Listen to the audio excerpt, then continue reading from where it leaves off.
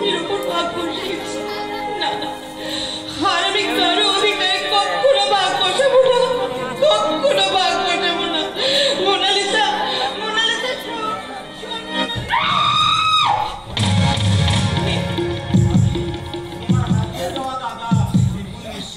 দাদা দাদা দাদা, তুমি এসেছো, তুমি এসেছো, কিন্তু কিন্তু আমি যে তোমাকে দেখতে পাচ্ছ না? যেদিন শুনলাম তোমার এই পরিণতির কথা, সেদিন থেকে ব্যথায় বুকটা ভরে আছে বোন।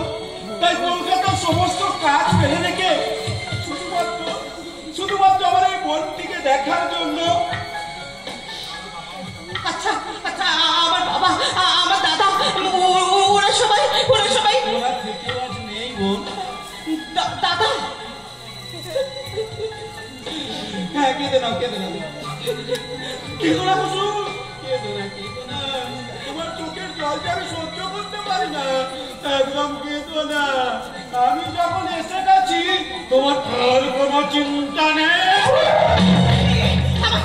আমার বুকে আছেন সরালি কেন, আছেন সরালি কেন? দেখছিলাম কুসুম কলের মধু আর কিছু অবশিষ্ট আছে না, স্বামী বাবাটা সব শেষ করে দিয়েছে। একটু দূর হয়ে যাও, দূর হয়ে যাও এখান থেকে, দূর হয়ে যাও। কথা না শুনলে, আমার মুখে কাপড়কে উপরে নিলে আমার মাথায় আগুন জ্বলে যায়।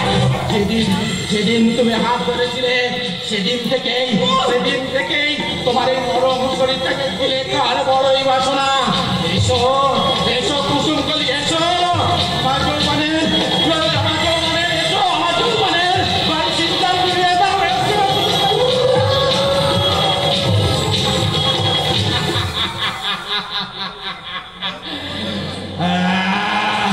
আমি বিপুল বিশ্বাস